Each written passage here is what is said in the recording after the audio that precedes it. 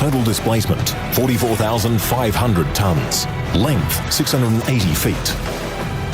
Beam, 108 feet. Draft, 36 feet. Armament.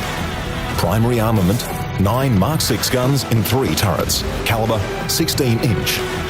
Range of fire, armor-piercing shells, 18.2 miles. High explosive shells, 19.8 miles. Dual-purpose artillery, 10 Mark 28 turrets with 2 Mark 12 guns each. Caliber, 5-inch.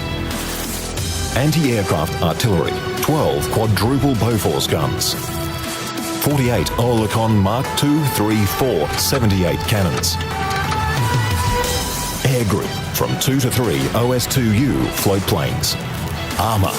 Belt 12.2 inches. Primary armament turrets from 7.2 to 18 inches. Conning tower from 4 to 16 inches. Maximal speed 27 knots. Range 13,000 nautical miles at 15 knots.